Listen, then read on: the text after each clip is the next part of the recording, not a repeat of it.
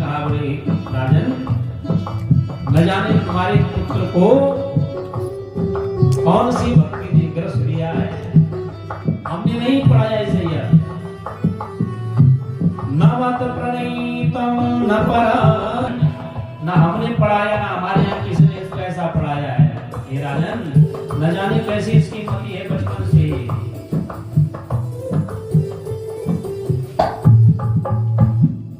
नए सर्ग की मतिरस्य राजन, का है राजन की अब पेट से ही पढ़कर आया है। नियच्छमन्यो कददास्ममानः, हिरण को लगा अब यहाँ भी बात बनने वाली नहीं, स्कूल से घर ले आए। अब तो कहते हैं कि यह मेरा शत्रु है, मेरे शत्रु ने मेरे ही घर में मेरे पुत्र के रूप में जन्म लिया, अब तो मैं इसे नहीं छोड़ूंगा। हे राजन, अनेक अनेक प्रयास हिरण्यकश्यप ने प्रहलाद को मारने के किए।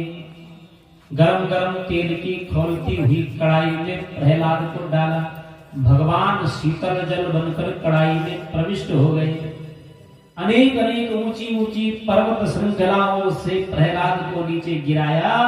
भगवान प्रसार्य बाहु पसार कर नीचे अपनी गोदी में प्रहलाद को उठा लिया।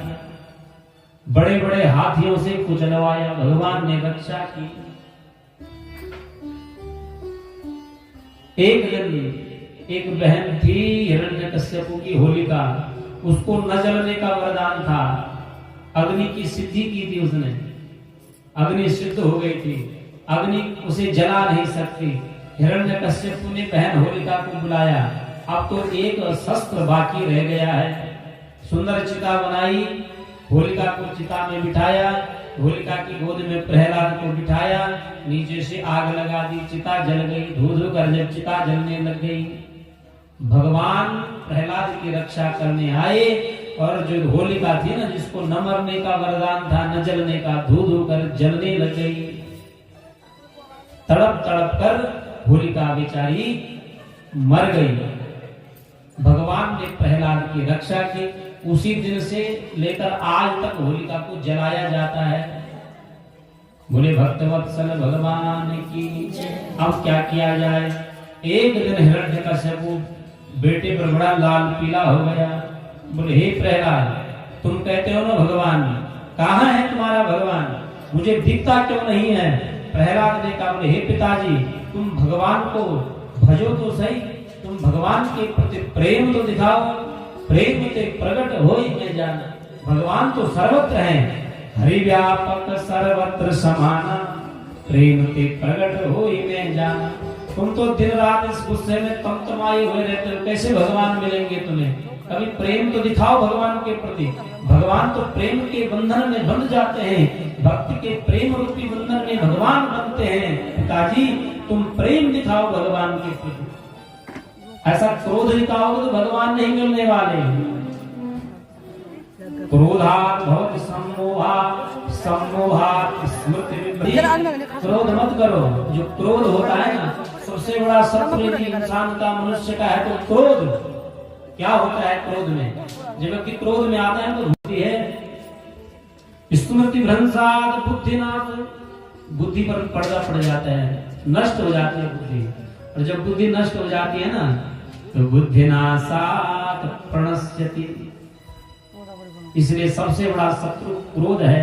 हे पिताजी, परमात्मा तो ईशावास्यम इदं सर्वं यत् किंचित जगत्याम जगत तेन त्यक्तेन भुंजी। पिताजी, कण कण में मेरी परमात्मा व्याप्त है। ईशावास्यम इदं सर्वम, कण कण में भगवान की सत्ता है, पत्ते पत्ते में भगवान की सत्ता है। बस केवल अपनी जो यह ज्ञान रूपी चक्षु है ना, उसे खोलो। इन चमड़ों की आंखों से भगवान नहीं दिखते हैं। भगवान को देखने के लिए बाहर की आंख बंद करनी पड़ती है। संसार को देखने के लिए बाहर की आंखें खोलो, और भगवान को देखने के लिए अंदर की आंखें खोलो। भगवान को जब देखना हो तो बाहर की आंखें बंद कर दो, अगर देखना है तो बाहर की आंखों से देखो। जब तक तुमने अंदर की आंख नहीं खोली तब तक भगवान नहीं दिख सकते। क्रोधित हो गए, बताओ क्या इस खंबे में भी तुम्हारा भगवान है? तुम कहते हैं कण कण में भगवान है, इस खंबे में भी तुम्हारा भगवान है। बोले पिताजी इस खंबे में भी मेरा भगवान है। बोले मुझे क्यों नहीं दिखता? बोले प्रेम तो दिखाओ भगवान के प्रति। क्रोध आ गया, उठाई अपनी गदा और जैसे ही गदा से उस खंभ पर प्रहार किया, नरसिंह भगवान प्रकट हो गई। बोल नरसिंह भगवान की जय।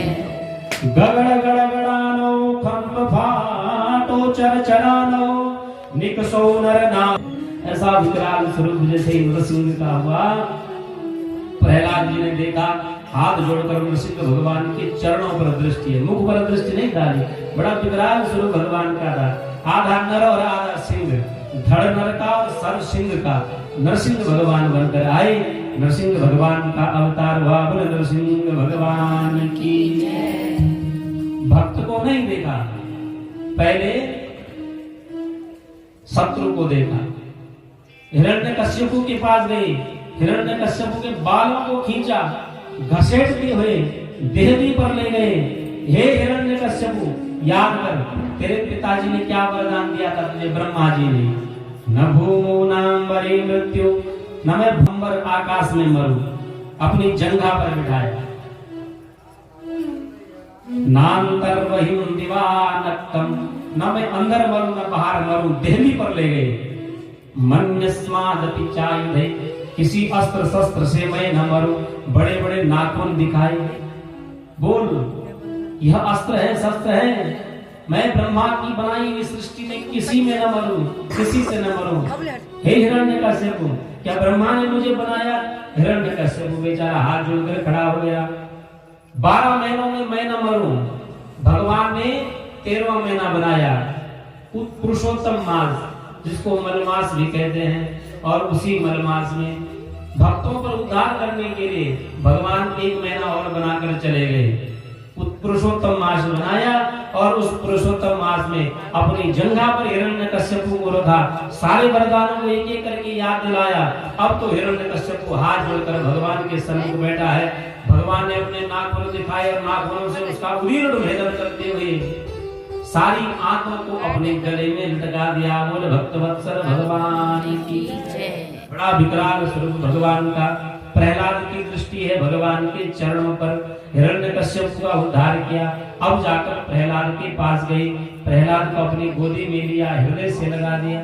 बोले भक्तवत्सल भगवान की जय। हे राजन, प्रहलाद भी राक्षस कुल में जन्म लिया। प्रहलाद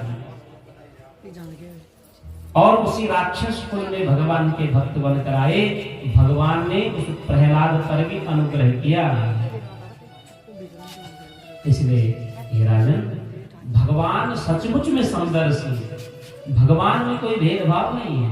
भगवान ने देवताओं का साथ भी दिया है, देवताओं का मनोरथ पूर्ण किया है, तो राक्षसों पर भी भगवान ने अनुग्रह किया है। हे राजन, सुखदेव भगवान कहते राजन, ब्रह्मा जी के एक दिन में 14 मनवंतर होते हैं।